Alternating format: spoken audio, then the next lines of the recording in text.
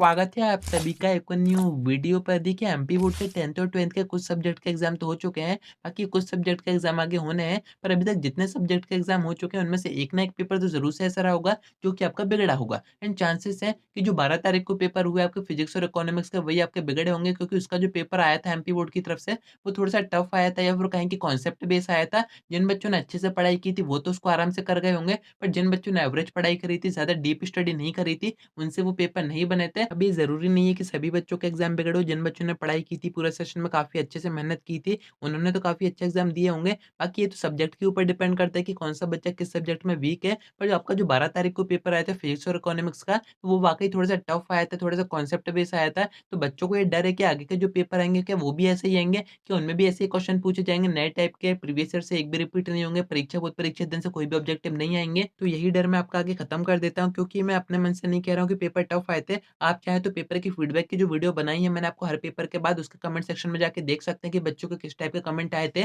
12 तारीख का जो पेपर हुआ था फिजिक्स और इकोनॉमिक्स का, उसमें सबसे ज़्यादा नेगेटिव रिव्यू आए थे कि पेपर टफ आया था, हमसे नहीं बना, क्वेश्चन थोड़े कॉन्सेप्ट बेस्ड आए थे। तो उसी का मैं आपको आंसर करता हूँ आगे कि आगे के आपके जो पेपर आएँगे क्या वो भी ऐसे ही आएँगे, या फिर कैसे आने के चांसेस हैं। क्योंकि एमपी बोर्ड का एक ट्रेंड है जो कि अगर आपको समझ में आ गया तो आपकी ये टेंशन अपने आप ही खत्म हो जाएगी। हर बार एमपी बोर्ड ऐसे ही करता है। आगे आपको बताता हूँ, वीडियो में अंत तक बने रहिए। नहीं तो सब्सक्राइब ज़रूर से कर दीजिएगा, नोटिफ़िकेशन आइकन ऑन करके रखिएगा। एमपी बोर्ड एग्जामिनेशन की ऐसी इन्फॉर्मेटिव वीडियोज़ मैं आपको आगे देता रहूँगा। अब देखिए मैंने आपको बताया ही था कि एमपी बोर्ड एग्जामिनेशन के जो क्वेश्चन पेपर आते हैं वो उतने ज़्यादा टफ नहीं आते हैं, सीबीएसई बोर्ड जैसे नहीं आते हैं। इनको एवरेज ही बनाया जाता है जिससे कि सभी बच्चे इसको करके पास आराम से हो जाएँ। पर यहाँ पर कुछ पेपर ऐसे आ गए हैं, तो इसको आपको समझना पड़ेगा कि एमपी बोर्ड में हर बार ऐसा होता है कि एक ना एक पेपर तो आपका ऐसा फँस ही जाता है जो कि थोड़ा-सा आपको दिक्कत दे सकता है। एंड 12 तारीख को जो पेपर हुए हैं वो इसी कैटेगरी के अंडर आते हैं जो कि 12th के थे। बाकी 10th में अभी तक जो भी पेपर हुए हैं उनमें ऐसा कुछ भी सामने नहीं आया है। अभी तक के जो 10th के पेपर आए हैं वो सारे ईज़ी आए हैं। जितने भी बच्चों के फीडबैक आए हैं 10th की वीडियो पे, वो सारे पॉजिटिव ही हैं। किसी भी वीडियो पे ऐसे फीडबैक नहीं आए कि पेपर टफ आया था, हमसे नहीं बना, या फिर क्वेश्चन बाहर से पूछे गए थे। आप चाहें तो खुद ही कमेंट सेक्शन चेक कर सकते हैं सभी वीडियोज़ का, आपको समझ में आ जाएगा। अब यहाँ पर 2 तरह की कंडीशन बनती है, एक अच्छी एंड एक बुरी। अब अगर आप 10th में हैं तो बुरी कंडीशन आपकी साइड आ सकती है, एंड 12th में है तो अच्छी कंडीशन आपके साथ जा सकती है।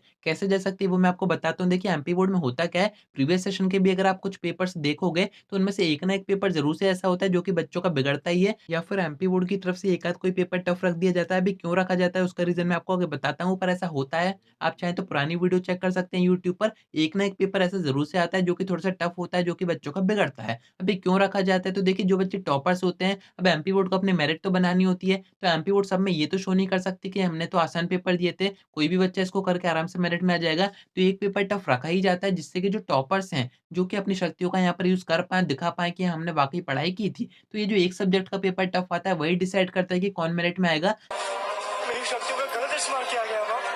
ये दुनिया बहुत खराब है माँ। गया थोड़ा-सा रिकॉन्स जिन बच्चों का ये पेपर अच्छा गया तो समझ जाना कि आपके जो परसेंटेज है वो काफ़ी अच्छे बनेंगे, क्योंकि एक पेपर आपका ऐसा आ गया, थोड़ा-सा टफ आ गया, थोड़ा-सा कॉन्सेप्ट बेस आ गया, तो आगे के आपके जो पेपर आएँगे उसमें चांसेस हैं कि आपके जो पेपर है वो पुराने जैसे ही आएँगे, यानी कि प्रीवियस ईयर के क्वेश्चन भी रिपीट होंगे, परीक्षा बोर्ड परीक्षा दिन से ऑब्जेक्टिव भी पूछे जाएँगे। इसका मैं आपको एक एग्ज़ाम्पल बता देता हूँ। आपका जो पेपर हुआ था 12 तारीख को फिजिक्स और इकोनॉमिक्स का, उसके बाद 12th का एक बीच में बायो का पेपर भी हो चुका है। बायो का पेपर आप देखते काफ़ी अच्छा पेपर आया था, मैक्सिमम क्वेश्चन प्रीवियस ईयर के ही थे। जो आपके ऑब्जेक्टिव पूरे चांसेस यही है कि आगे के जो पेपर आएँगे उनका जो स्टैंडर्ड है वो एवरेज ही रखा जाएगा, ज़्यादा टफ नहीं रखा जाएगा। तो अभी आपका जो केमिस्ट्री का एग्ज़ाम है, या फिर आपके आगे जो भी एग्ज़ाम है, तो उनमें आप ज़्यादा परेशान मत होइए कि आपका पेपर टफ आ सकता है। आपको पढ़ाई वही करनी है जो कि आप कर रहे थे। ज़्यादा कुछ एक्स्ट्रा पढ़ने की कोशिश मत कीजिएगा, क्योंकि जो आपको आता है फिर वो आपके दिमाग में नहीं रहेगा, वो आपका पूरा उड़ जाएगा। इस कारण से मैं कह रहा हूँ कि ज़्यादा परेशान होके पढ़ाई मत कीजिए। आपके आगे के जो पेपर आएँगे वो ईज़ी आएँगे। ऐसा ही हमेशा से एमपी बोर्ड में होता हुआ है। बाकी अगर बेकार पेपर आते हैं आगे के, तो फिर आपकी किस्मत खराब है। क्योंकि अभी अपन बस एक प्रेडिक्शन कर सकते हैं। मैं आपको अपने एक्सपीरियंस के अकॉर्डिंग बता रहा हूँ कि एमपी बोर्ड में ऐसा होता है।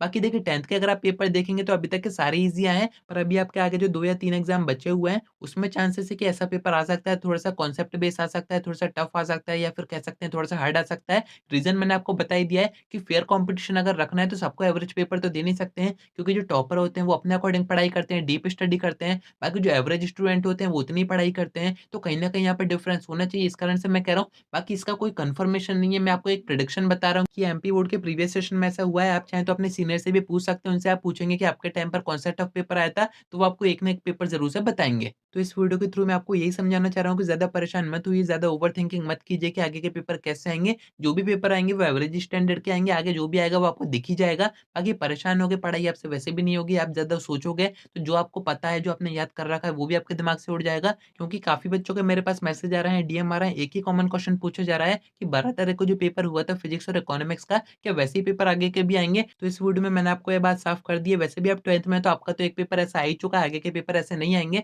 बाकी अगर आप 10th में हैं तो थोड़ी-सी मेहनत आपको करनी पड़ेगी, अगर ऐसे पेपर आते हैं तो आपको तैयारी रखनी पड़ेगी। वैसे मैं ये नहीं कह रहा हूँ कि आपके जो 10th के पेपर आगे के आएँगे वो टफ आएँगे, अगर आने होंगे तो एवरेज ही आएँगे, वो मैं आपको बाय चांस बता रहा हूँ कि कभी-कभार ऐसा हो जाता है कि एमपी बोर्ड का एक आध पेपर बेकार फँस जाता है। तो उम्मीद है कि आपको सारी बातें समझ में आ गई होंगी। आज की वीडियो में इतना ही, कोई डाउट आता है कमेंट करके पूछ सकते हैं या फिर आप मुझसे इंस्टा पे डीएम करके बात भी कर सकते हैं।